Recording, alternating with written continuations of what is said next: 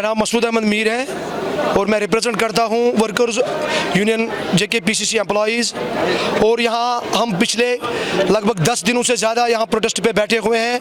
And खाली हम नहीं यहाँ बैठे हैं, हमारे जम्मू के सिमिलर एम्प्लॉइज़ वहाँ बैठे हैं और उनकी गुहार भी लगभग रोज़ाना सोशल मीडिया के थ्रू और डिफरेंट प्लेटफॉर्म्स के थ्रू जा रही है कि हमारी कोई रुदात सुन नहीं रहा है। मैं कह रहा हूँ कि चाहे कोई भी हो, इस अर्स्टवाइल स्टेट जो अभी यूटी है, इसकी एडमिनिस्ट्रेशन या कोई भी हो, मेहरबानी करके ये इंसानी हुकूक की पामाली हो रही है। हम यहाँ इसलिए नहीं बैठे हैं कोई इधर या कुछ झंडा हम उठाएंगे या बाकी कुछ या किसी के खिलाफ बोलेंगे, नहीं। मेहरबानी करके वो अंकुश कुमार जो हमारा हिंदू भाई जम्मू में बैठा है, जो परसों रो रहा था उस वीडियो में, उस वीडियो ने हमें हिला दिया सबको। उसमें वो अंकुश कुमार, मेरे जो हिंदू भाई जो JKPCC के एम्प्लॉइज उधर बैठे हैं, इंसानियत सबसे पहले इंसानियत का दरस है। वो देखिए ये वो वीडियो, वो कह रहा है कि मेरी बच्ची को लग गई, मैं इसको इलाज तक नहीं कर सका, मैंने हल्दी लगाई। गवर्नर साहब 4 मंथों से हमारी सैलरी और नहीं निकाल रहे हैं हमारे मैनेजमेंट। क्या यही इंसानी कदर है? क्या ये ह्यूमन ट्रेजेडी नहीं है? इससे बड़ी ह्यूमन ट्रेजेडी क्या होगी?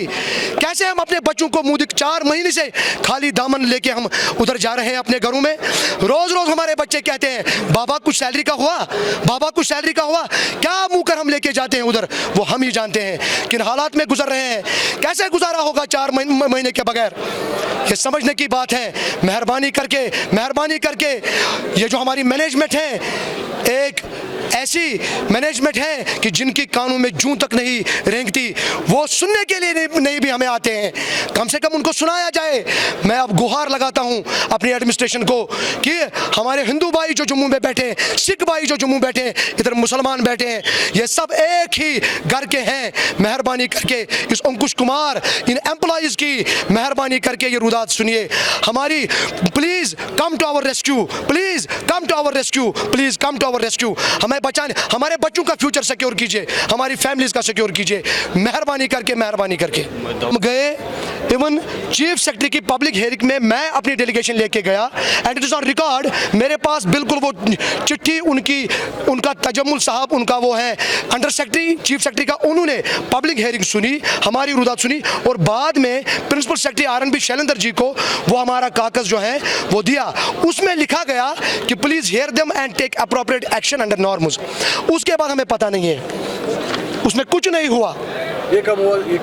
यही कोई, मुझे लगता है कि यही कोई 10 या 15 दिन हुए होंगे। And I have on record that letter is with me, वो आप देख सकते हैं, वो आप डिस्प्ले कर सकते हैं। चीफ सेक्रेटरी अश्योर किया उन्होंने प्रिंसिपल सेक्रेटरी को, इनको सुनिए। और प्रिंसिपल सेक्रेटरी शैलेंद्र जी ने क्या किया, मैं उसका आभारी हूं कि वो हमेशा हमें सुनते हैं। मैं नहीं कहता कि वो हमें, they are favouring us always, वो उन्हें फेवर किया, मैं उनको, we are thankful to them. But sir मेहरबानी करके जो फैसला हमारे लिए लेना है, whatever you want to take, whatever decision you want to take for us employees, और हमें उम्मीद है अच्छा ही होगा। But how it is possible employee can afford his daily needs without salary? कैसे कर सकता है अफोर्ड सैलरी? कितने मंथ की सैलरी है? 4 मंथ की सैलरी। अब मैं दिखाऊंगा नोट से आपको, बच्चों की ये कोई हंसी मजाक नहीं है। बच्चों की नोट से आ रही है, स्कूल से, बैंक नोट से आ रही है। हाउ, कैसे करेंगे? दवाइयाँ नहीं है। इसलिए प्लीज सर, हमारी डिमांड क्या है मैं आपको वो बताता हूँ। हमारी डिमांड है कि 4 मंथ की सैलरी फर्स्ट, जो हम सस्टेन कर पाए। फिर डिसीजन क्या लेना है गवर्नमेंट को, क्या फाइल उनको चलानी है, वो खूब जानते हैं और वो हम थैंकफुल है उनके कि वो उसमें कर रहे हैं कुछ, कि हमें इंस्टेंट रिलीफ है वो सैलरी दी। और हमारे जो डेली वेजर है ये सितम ज़रीफ ही है। आप देखिए, it is irony, it is very strange. ये अजीब बात है कि हर किसी डिपार्टमेंट, हर किसी ऑर्गेनाइजेशन ने 300 का ऑर्डर जो निकला प्राइम मिनिस्टर की वसातत से, गवर्नर की वसातत जो निकला, हर किसी डिपार्टमेंट ने अप्लाई किया। हमारे MD साहब ने अपने पास वो फाइल रखी कुर्सी के नीचे, ई फाइल में 300 का ऑर्डर हमें जो है इमीडिएट, जल्दी उसका इशू होना चाहिए, इमीडिएटली इशू होना चाहिए।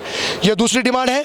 और जो एम्प्लॉयज़ की जो सिक्योरिटी है कि बाद में इनके साथ जो तनख्वाह है रेगुलरली निकाली जाए।